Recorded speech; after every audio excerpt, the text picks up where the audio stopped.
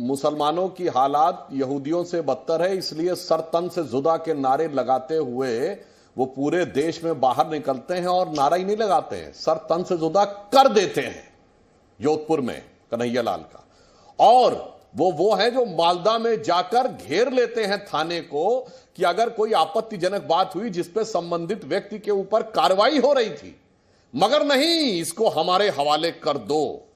वो इतने डरे हुए हैं कि लोगों को याद होगा आजाद मैदान की घटना कि वो अमर जवान ज्योति तक तोड़ देते हैं। किस आधार पर? कि साहब एक फोटो पोस्ट हुई है कि रोहिंग्या मारे जा रहे हैं बर्मा में। वो इतने डरे हुए हैं कि हमास के पक्ष में रैली निकालते हैं केरल में कांग्रेस के नेताओं के साथ। वो इतने डरे हुए हैं कि मध्य प्रदेश के चुनाव में बुरहानपुर में कांग्रेस की प्रत्याशी और मुस्लिम समाज जाकर ये नारे लगाता है हमास के पक्ष में। वो इतने डरे हुए हैं कि फर्रुखाबाद में वोट जिहाद की बात कर रहे हैं। वो इतने डरे हुए थे कि हमारी सरकार आने के बाद भी जब तक आर्टिकल 370 नहीं हटा था तो जुमे के दिन कोई भी भीड़ निकलती थी कश्मीर में और किसी भी इंस्पेक्टर अयूब पंडित का कत्ल कर दिया करती थी। इसलिए जो ओवैसी कहने की कोशिश कर रहे हैं, हकीकत क्या है, मैं एक फैक्ट भी लोगों के सामने रखना चाहता हूं। अभी अमेरिका की एक संस्था Pew research, PEW research, Ghanshyam Tiwari ji वहां के पढ़े हुए हैं तो कोई ऐसी उसमें मेरे विचार से यह समझदारी की बात करेंगे। उसने बताया है कि भारत की माइनॉरिटीज के बारे में कहा है, रिसर्च किया है कि भारत की माइनॉरिटीज में कितने प्रतिशत लोगों को लगता है कि उनको अपना धर्म और शांति से रहने की पूरी सुविधा है। तो मुसलमानों में 89% ने कहा है कि भारत में वो पूरी तरीके से स्वतंत्र हैं,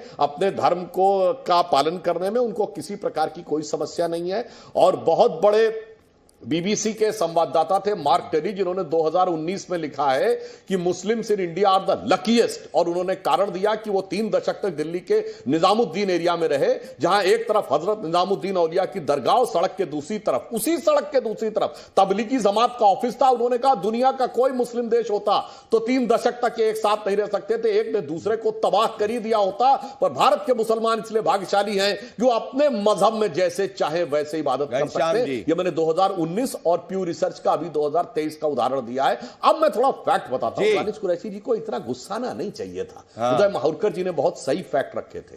इस देश में भारत में रहने वाले मुसलमानों ने 80 से 90% पाकिस्तान के पक्ष में वोट किया था। यह मैं कोट कर रहा हूं सरदार पटेल का भाषण जनवरी 1948 और सरदार पटेल की कॉन्स्टिट्यूएंट असेंबली की डिबेट 28 अगस्त 1947। मैं दर्शकों से कहता हूं जाके चेक करिए, 28 अगस्त 1947 जब मुस्लिम लीग के एक सदस्य सिराजुद्दीन ने यह कहा कि मुसलमानों को एक अलग स्पेशल स्टेटस दीजिए, उनको अलग पहचान दीजिए, उनको अलग चुनाव दीजिए, चुनाव का स्थान दीजिए, तो सरदार पटेल ने कहा कि देखिए इस देश में 4 करोड़ से अधिक मुसलमान हैं और ज्यादातर ने पाकिस्तान बनाने के पक्ष में अपना वोट दिया है। मैं ये नहीं मानता कि एक दिन में तुम्हारा दिल बदल गया। कोट कर रहा हूं सरदार पटेल 28 अगस्त 1947 और कलकत्ता की स्पीच जनवरी 1948। और उन्होंने कहा मगर फिर भी जो हो गया वो जाने दीजिए। अब ये बड़े भाई छोटे भाई का नाटक मत करिए, ईमानदारी से इस देश में रहिए और ये समझाने की कोच बताइए कि आप इस देश में कंट्रीब्यूट कैसे कर सकते हैं। बड़ी बात। तो दानिश जी ऐसे हवा में मत बोलिए। और मैं बताना चाहता हूं जो आज का पाकिस्तान है वहां कांग्रेस की सरकारें बनी थी 1946 की कॉन्स्टिट्यूएंट असेंबली में। दानिश जी आपको इस ढंग से चिल्लाना नहीं चाहिए, फैक्ट पे बात करनी चाहिए। मोहम्मद अली जिन्ना कहां से चुन के आया था 46 में? न रावलपिंडी से, न लाहौर से, न कराची से, न ढाका से, न चिटगांव से, मुंबई की बाइकुला सीट से चुन के आया था। 95% मुस्लिमों ने वोट किया था। और आज की जो मुस्लिम लीग है, इंडियन यूनियन मुस्लिम लीग, जिसकी स्थापना जनवरी 1948 में हुई, उसके जो संस्थापक थे वो वही थे जो मोहम्मद अली जिन्ना की मुस्लिम लीग के साउथ के संस्थापक थे। मोहम्मद अली जिन्ना को कायदे आजम कहा जाता था, उन्हें कायदे मिल्लत कहा जाता था। इसलिए मैं कहना चाहता हूं साहब, हकीकत यह है साउथ में मद्रास प्रेसिडेंसी उत्तर प्रदेश में 74 में 63 जीती, बॉम्बे प्रेसिडेंसी की 30 जीती, जो उन्होंने कहा 87 to 88% मुसलमानों ने, आज के भारत के मुसलमानों ने वोट दिया था। तो दानिश जी फैक्ट पे बात करिए, चीखने चिल्लाने से नहीं होगा। और जो जो मैंने फैक्ट कहे सारे दर्शक चेक कर सकते हैं जाके, और दूध का दूध पानी का पानी हो जाएगा, कौन सही बोल रहा। मैं कह रहा हूं दानिश जी, घनश्याम जी मैं आ रहा हूं, पर दानिश जी से रिबटल लेना है। डॉक्टर सुधांशु त्रिवेदी जी, ये स्पीच जो है क्योंकि इसको मेरी रिसर्च टीम ने भी सुना है और मैंने खुद सुना है सरदार पटेल की स्पीच को। दानिश जी, इस वक्त मैं कहना चाहता हूं देश में तनाव का माहौल पैदा सरदार पटेल की आवाज में अवेलेबल है, ऑल इंडिया रेडियो का ओरिजिनल है। मैं चाहूंगा तो प्ले भी कर सकता हूं प्रूफ के तौर पे, क्योंकि उसको पर्सनली मैंने सुना है स्पीच को। पर मैं दानिश जी, घनश्याम जी मैं तुरंत आ रहा हूं, 1 मिनट में दानिश जी से रिबटल लूंगा। उदय माहुरकर जी मैं आपके पास भी आ रहा हूं, डिबेट हीट हो रही है। जैन जी आपके पास भी आ रहा हूं। पर दानिश जी देखो, तथ्य के आधार पे आप वीक हो गए। मैं आपसे एक ही निवेदन कर रहा हूं दानिश जी, अगर हैदराबाद हार रहे हो तो कोई बात नहीं, एक बार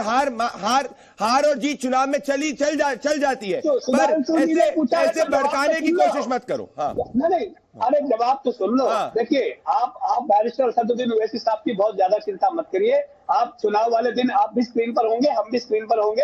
असद साहब का मैं अगर आप मिल गए तो मैं आपको मिठाई भी खिला दूंगा, आप उसके बेफिक्र हो जाइए। हम बहुत निश्चिंत है असद साहब के मामले में। रह गई दूसरे नंबर की बात, बहुत सारी बातें उन्होंने की।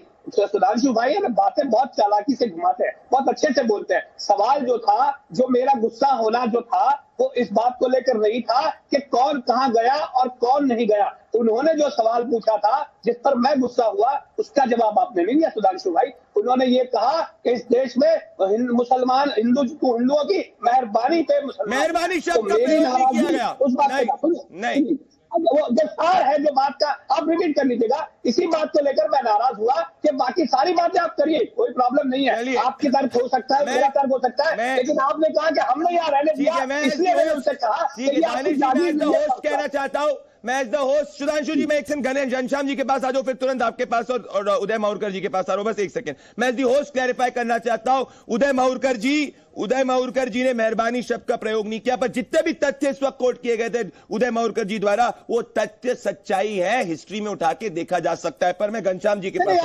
सुनिए, घनश्याम जी नहीं, मेहरबानी की बात नहीं थी, अब डिबेट को घुमाइए। घनश्याम जी के पास आना चाहता हूँ। दानिश जी हो गया, दानिश जी आपने अपनी नाराजगी दिखा दी अब डिबेट। दानिश जी इमोशन से डिबेट नहीं जीती जाती, तथ्यों से जीती जाती है। सुनिए मेरी बात सुनिए, मैं एक डेटा देना चाहता हूं। Danish ji you made your point. Danish ji you made your point. Danish